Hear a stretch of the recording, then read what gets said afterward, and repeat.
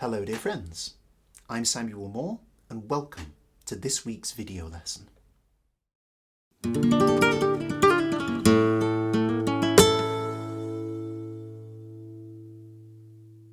As many of you know, I recently published my second flamenco guitar tutorial book, Flamenco Guitar, Compas Essentials, Alegrías. This book and the series it's part of helps you unlock the spontaneous nature of flamenco performance. You can find out more about the book via the link in the description below and order a copy if you wish to. But today, in the spirit of generosity, I'd like to share with you a short extract from the book so you can get a better sense of what it's all about. Specifically, I'm going to teach you a simple melodic phrase for beats 7, 8 and 9 of Alegrías' basic compas. The phrase you're going to learn sounds like this.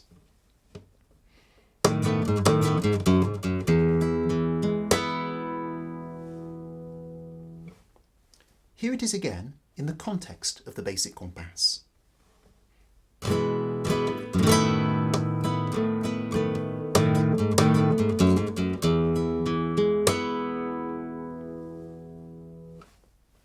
And here it is one more time, but with me counting the numbers. 1, 2, 3, 4, 5, 6, 7, 8, 9, 10, 11, 12.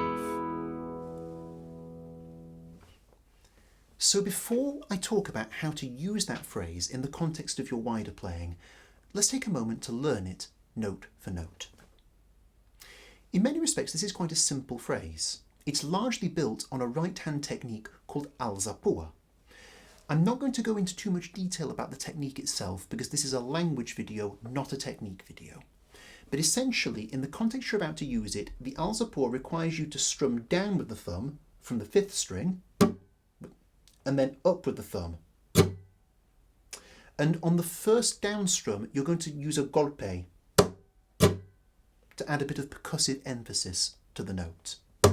And then the final thing you're going to do is use the thumb to play the 6th string bass note on its own. So it's basically downward strum with a golpe, upward strum, and then single bass note on the 6th string. And that happens, by the way, on beats 7 and 8. So it's basically going to be in triplets, 7, 8. Now, what's happening with the left hand while all that's going on? It's quite simple, really. The phrase is built around this chord, which is basically a B7 chord, but this finger is on F sharp. So it's a B7/F sharp chord. And that's all you're going to hold while you do the down and up strums. But then when you play the bass note, whilst holding the chord, bring the pinky across here so you can play G sharp. It's quite a stretch, okay? Especially if you're not using a capo like today. So that's the phrase. And then repeat it again for beat 8. Then, on beat 9, keep the chord in place, but play just the bass note on its own, F sharp, and then hammer on with the pinky onto the G sharp, and then finish by taking the finger away and playing the F sharp again. So it's basically thus giving you 7, 8, 9, and of course that leads you to cadence back onto the E chord on beats 10, 11 and 12. So there you have it, a simple melodic phrase for beats 7, 8 and 9 of Alegrías' basic compas.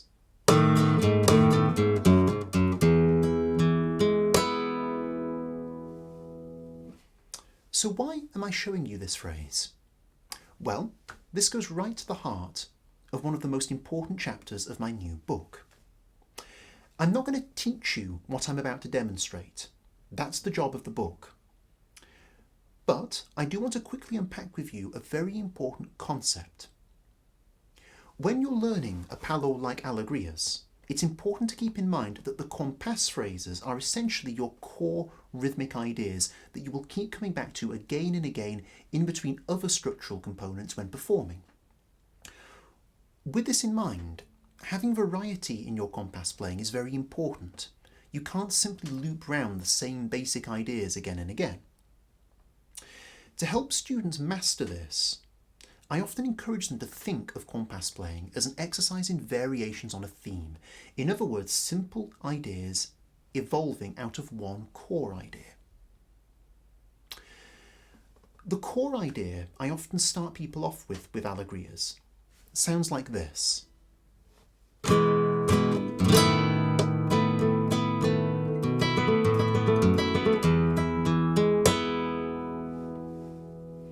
You can hear how within that each phrase has a distinct function. Beats 1, 2 and 3 are designed to take you away from E to the B7 chord. 1, 2, 3. Beats 4, 5 and 6, your job is to keep time. 4, 5, 6. Beats 7, 8 and 9, your job is to play a phrase that will eventually drop you back home onto the E chord as you land there for the closing phrase on beats 10, 11 and 12. Here's the thing though, you don't have to play it exactly like that each time you loop. You can, for instance, substitute the phrase you learned at the start of this video on beats 7, 8 and 9. So in other words, instead of playing this, 7, 8, 9, you could play this, 7, 8, 9, because ultimately both phrases serve the same function. They're designed to drop you back onto the E chord on beats 10, 11, 12. Doing this will add a lot more interest and variety to your playing, and to demonstrate this, I'm going to play the core compas idea twice. The first time I'm just going to play it as normal, but the second time I'm going to cut and paste the 7, 8, 9 phrase you learned at the start of this video into the phrase. Here we go.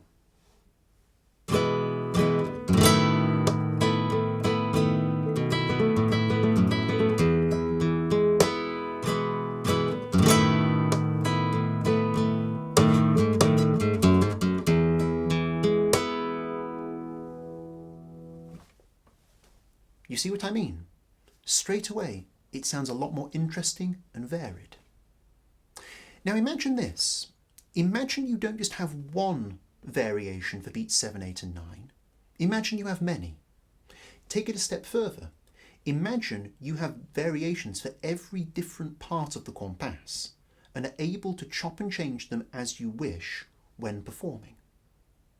Imagine how varied, exciting and spontaneous your playing would be. That's essentially one of the big lessons I teach in my new book. You'll learn how to master spontaneous and varied compas playing, and in addition to that, you will then be shown how to integrate that with other important performance components such as falsettas and llamadas, so that by the end of the book you can improvise your own Alegría solos. If this all sounds good to you, follow the link in the description below and treat yourself to a new copy of my book today. However, for now, thank you for watching, keep up the good work, and I leave what I've just shown you in your capable hands.